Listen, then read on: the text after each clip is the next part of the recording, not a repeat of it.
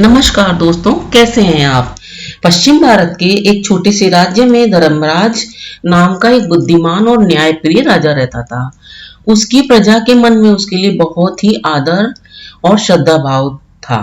राजा धर्मराज बहुत लंबा, ऊंचा और रूपवान कदकाठी का था। उसके सिर के बाल बहुत काले और घने थे, जिनको उनका कोई खास नाई भोलू ही काटता था। भोलू यह काम कई वर्षों से कर रहा था। अपने शाही हजाम होने का उसे बहुत गर्व था, पर भोलू को एक बात का बहुत ध्यान रखना पड़ता था। जब भी वह राजा के बाल काटने जाता तो उसे हमेशा यह याद रखना पड़ता था कि राजा के साथ वह बिल्कुल अकेला हो। उस समय किसी का भी शाही कमरे में आना सख्त मना था। बात असल में यह थी कि भोलू राजा के बारे में एक राज वह जानता था। राजा के सिर के दोनों तरफ दो छोटे छोटे सींग उग रहे थे। यह बात सिर्फ राजा और उसका नाई भोलू जानते थे।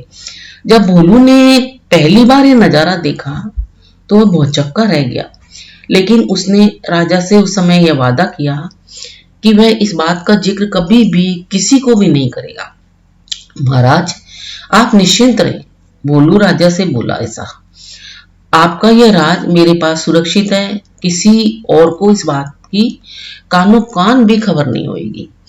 ऐसा सुनकर राजा धर्मराज ने बहुत राहत महसूस की। उसे डर था कि अगर लोगों को इस बात की जानकारी हो गई तो राज्य भर में उसकी खिल्ली उड़ेगी। हो सकता है लोग उसका आदर करना भी बंद कर दे या फिर नए राजा की भी मांग कर दे। इसलिए भोलू के वादे के बावजूद राजा ने उसे सख्त हिदायत देते हुए कहा कि भोलू, अगर तुमने अपना मुंह खोला इस बारे में तो जान लो सजा तो मिलेगी, देश निकाला भी तुमको मिलेगा। भोलू नाई की डर के मारे ये बात सुनकर दिग्गी बन गई। उसने कानों को हाथ लगाया और अपना मुंह बंद रखने की कसम खाई। उस कई वर्ष ऐसे बीत गए। भोलू का अपना वादा याद रहा।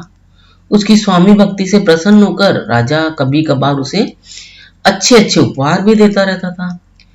पर समय बीतने के साथ साथ भोलू के सब्र का बांध भी टूटने लगा।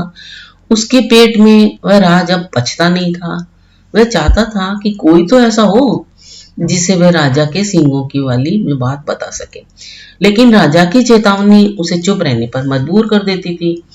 एक दिन भोलू राजा के बाल काट कर महल से लौट रहा था और रास्ते भर में उसके सींगों के बारे में सोचता जा रहा था। भोलू का घर एक छोटे से जंगल के उस पार था। ऊंचे नीचे जमीन, पेड़ों और लटकती बेलों के बीच में से धीरे धीरे चलता हुआ भोलू जब थक गया तो सुस्ताने के लिए एक घने पेड़ के नीचे में बैठ गया। फिर भी भोलू को रह रहकर सींग ही याद आ रहे थे। फिर एकाएक वह उठा और खड़ा हो गया। वाह, जवाब नहीं मेरे दिमाग का, भोलू अपने आप से बोला और उस पेड़ को देखने लगा जिसके नीचे में बैठा था। भाई, इस पेड़ को तो मैं बता सकता हूं ना, राजा के उस अजीब सींगों के बारे में। अब यह रहस्य मेरे पेट में तो पचता नहीं है। पेड़ तो बोल नहीं सकता है और इस तरह किसी और को यह बात पता चलने का भी डर नहीं है। पेड़ के पास यह भेद हमेशा भेद रहेगा और मैं भी इस बोझ से मुक्त हो जाऊंगा। भोलू ने ऐसा निश्चय किया और जोर से बोला, हे पेड़, आज मैं तुम्हें एक भेद बताने वाला हूं। हमारे राजा धर्मराज के सिर पर दो सींग है। हाँ हाँ, उसके दो सींग है। इतना कहकर हजाम बेहताशा हंसने लगा और हंसता ही गया। हा हा हा हा, हो। वह भयंकर भेद आखिर खुल ही गया। भोलू खुश था। उसका भार जो हल्का हो गया था। उसके बाद वह आराम से घर पहुंच गया। अगले दिन एक लकड़हारा उसी जंगल में घूमता फिरता आया और उसी पेड़ के पास जाकर रुक गया। उसकी नजर उस पेड़ पर पड़ी कि इस पेड़ की लकड़ी तो बहुत ही सुंदर है। इसका तो जो ढोल बनेगा वो बहुत ही अच्छा बनेगा, यह वह मन में सोचने लगा। इतना विचार करने के बाद फिर क्या था, कुल्हाड़ी के कुछ प्रहार से ही उस लकड़हारे ने उस पेड़ को नीचे काट कर गिरा दिया। लकड़हारे ने वह लकड़ी बाद में एक ढोल बनाने वाले के हाथों में बेच दी और ढोल बनाने वाले ने एक बहुत ही सुंदर ढोल तैयार कर दिया और बोला, ये मेरे सबसे अच्छा ढोल है जीवन का। ढोल वाला खुश होकर ऐसा बोला, कल बाजार जाकर इसे मैं अच्छे दामों में बेच दूंगा। अगले दिन ढोल वाला बाजार गया और एक कोने में खड़ा होकर ढोल बजाने लगा। ढोल से बड़ा सुरीला शब्द निकल रहा था। ढोल वाला उसकी आवाज सुनकर झूम उठा। वह चिल्लाकर बोला, बाबू ढोल खरीदो, कोई है जो शानदार जानदार ढोल को खरीदे। धीरे धीरे उसके इर्द गिर्द चारों ओर भीड़ जमा हो गई। लोग खामोश होकर ढोल की मजेदार आवाज सुनने लगे। भाई वाह, क्या कहने हैं इस ढोल के तो। एक बूढ़े आदमी ने तारीफ की। तारीफ सुनकर ढोल वाला और भी जोर से ढोल पीटने लगा। तभी उस ढोल में से एक अजीब आवाज आई। लोगों के कान खड़े हो गए, उनका दिल धक से रह गया। ढम ढम ढम ढोल बजा। आज मैं तुम्हें एक भेद बताने वाला हूँ।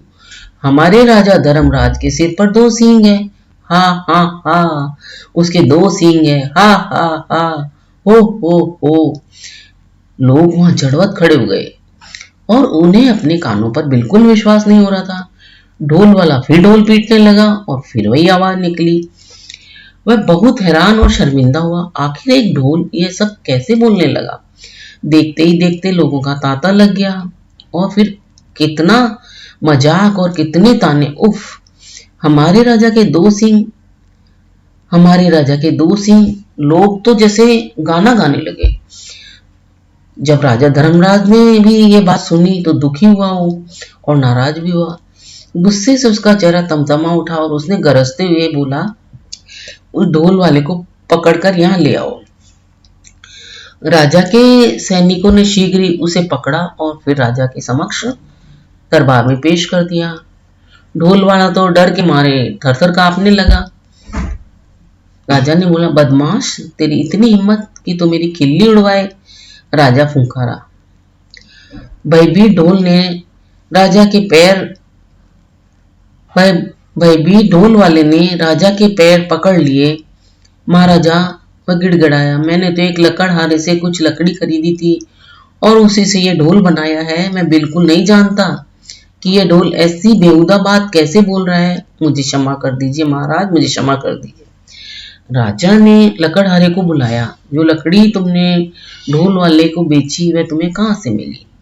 लकड़हारे को तो काटो तो खून नहीं रहा। डरते हुए बोला, जंगल में एक पेड़ से मिली महाराज। महाराज, लकड़ी से बना ढोल बोलता है, कैसे हो सकता है इसे। तब राजा धर्मराज ने भी उस लकड़हारे से पूछा तो उसने कहा, मैं तो खुद हैरान हूं महाराज। दुविधा में फंसा लकड़हारा बोला, मैं कई वर्षों से लकड़ी काटता हूं और बेचता आया हूं, पर ऐसे अचंबा पहले मैंने न कभी देखा न सुना। अब राजा बहुत परेशान हो गया। लकड़ी कैसे बोलने लग गई है। राजा और उसके दरबारी निरुत्तर थे। पर राजा धर्मराज ने तो ये ठान लिया था कि इस घर के भेदी का पता लगा कर ही रहेगा।